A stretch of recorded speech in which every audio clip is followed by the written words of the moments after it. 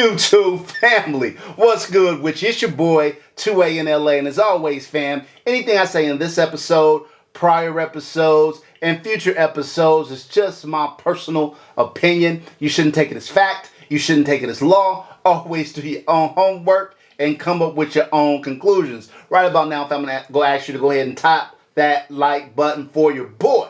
Alright, if you're new to the channel, fam, go ahead and subscribe. I am confident you are going to enjoy the content, and worst case scenario, you can always unsubscribe later. No harm, no foul. If you're an existing subscriber, fam, I appreciate you so much, more than you could possibly imagine.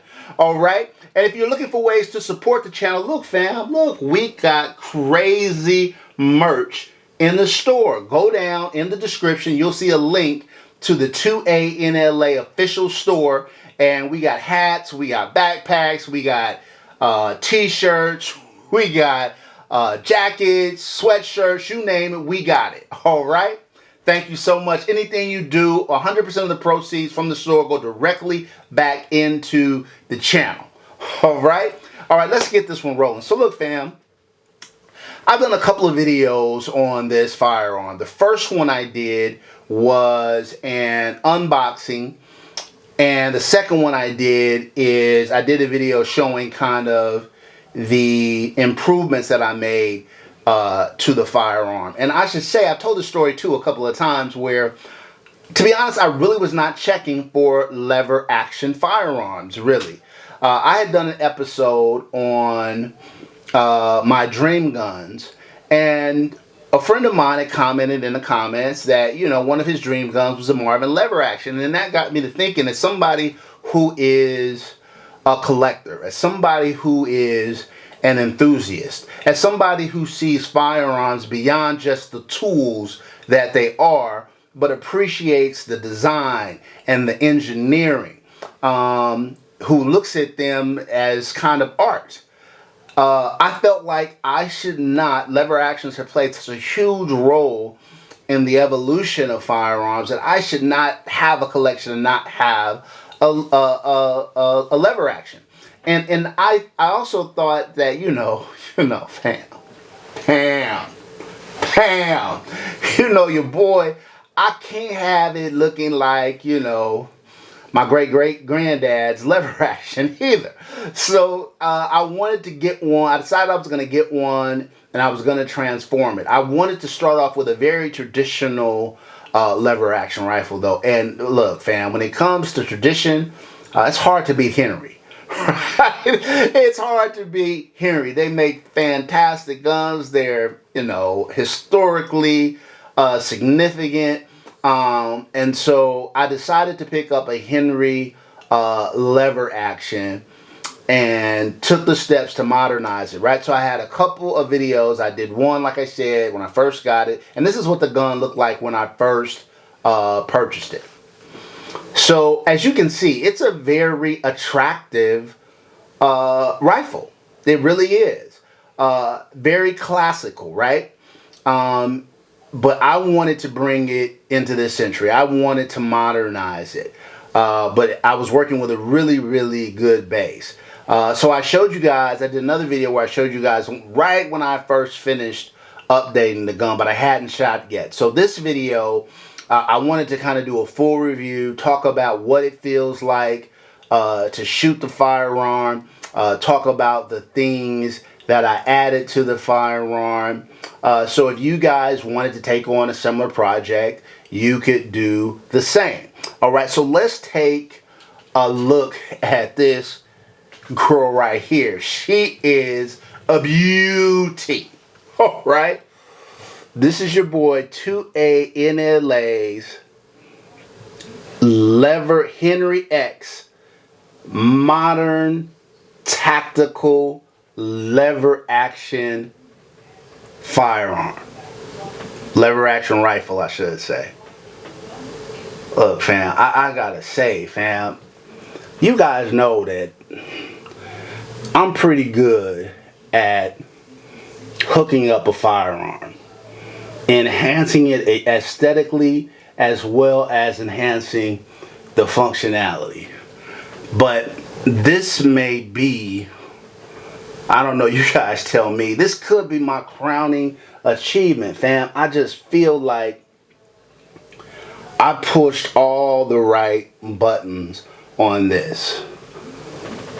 And the thing about when you are trying to re-engineer a firearm, you know, I like, so you guys know I'm a car guy. You guys seen videos I've done on the various automobiles and things that I own. You know, there is a certain skill level that's involved when you are trying to transform something. You run the risk, and I'm sure we've all seen this, of taking something that's classic, and instead of enhancing it, you junk it up. You throw a bunch of crap on there. You have, if it's a gun, a fin on the back that stands 10 feet from the frame, and tires that are way too big, and it doesn't flow. It looks like you have bastardized your vehicle. And so there's a real skill in being able to put together a car that's hot. That's hot. And I think the same goes for firearms. You start messing around with the Glock, you start messing around with this gun, that gun, all of a sudden, it doesn't look like a firearm anymore. It looks like a toy or something like that, right? Let alone what you do potentially to the operation of the gun, right? And so it's a delicate line that you have to walk. I did an episode on like how to Gucci a Glock, like way back when I first started my channel. Maybe I'll do some kind of update to kind of talk about this. But look, fam, I really feel like the founders at Henry would be proud of this if they were to see it. And that's kind of what I was shooting for. So let's kind of walk through it.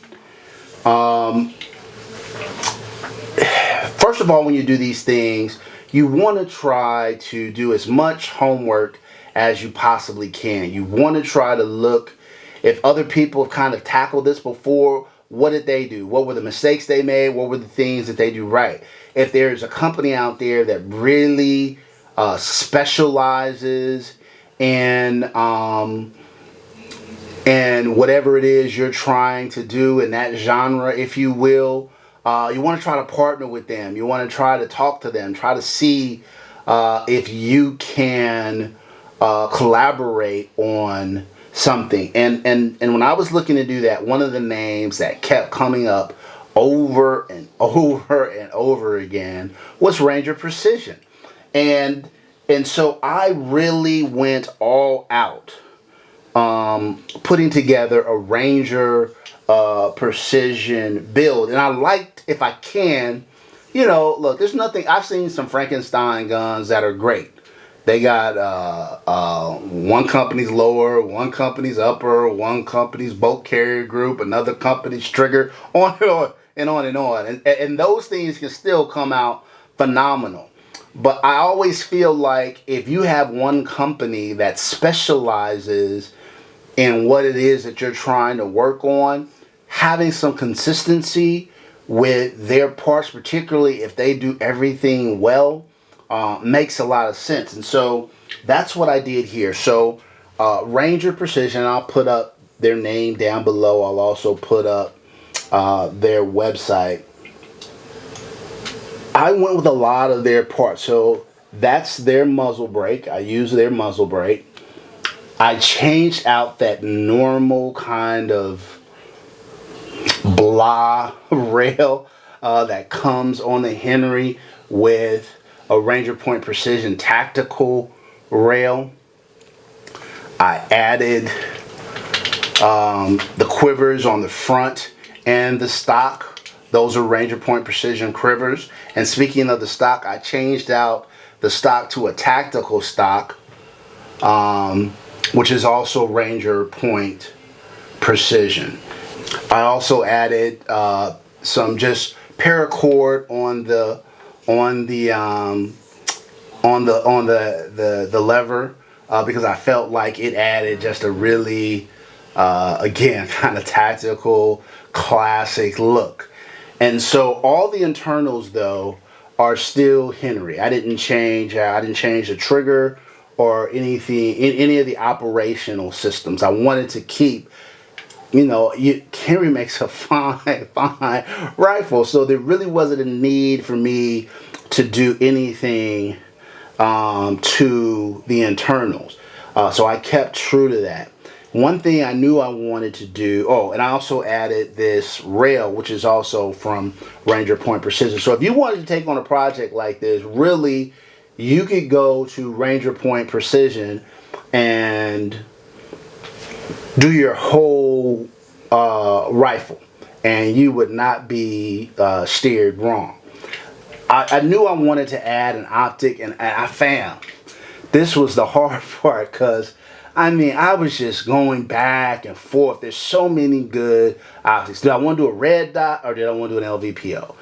Did I want to do an EOTech? What did I wanted to do? And I ended up going with this Trijicon LVPO, and I also utilized Trijicon mounts, if you guys can see that.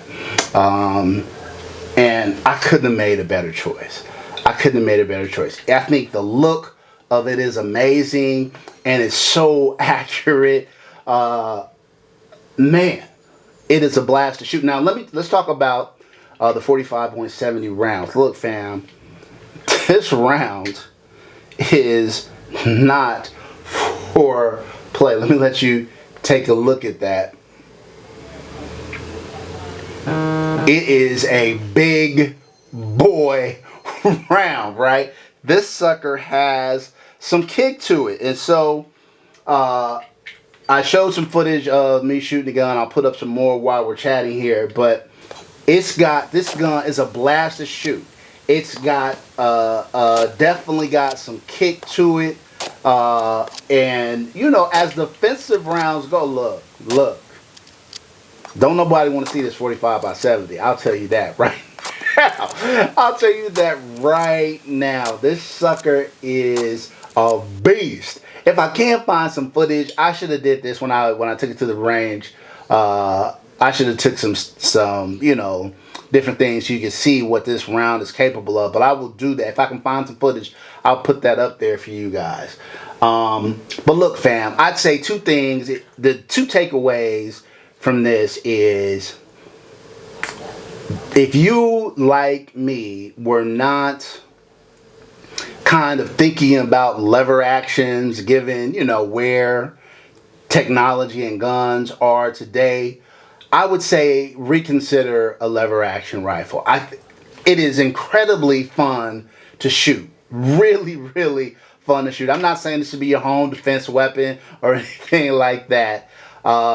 But they are incredibly fun to shoot. And you can create something, too, that I think is just phenomenal. So now, not only do you have a rifle that looks incredible and is accurate and, runs like nobody's business, but you also have something that looks phenomenal and shoots phenomenal. Something you will be proud to have in your collection. I promise you, if you've got something like this in your safe, it's not going to sit in the back and collect dust. Every time you look at it, you are going to want to take it out and shoot it. And I'll put up the specs up here so you guys have them. But yeah, fam, I am so happy. And shout out to Black Poindexter, who was my friend, who got me thinking about lever actions. And now, because of that, this is one of the favorite guns in my collection. All right, that's it for this episode, fam. Until next time, as always, take care of one another and peace.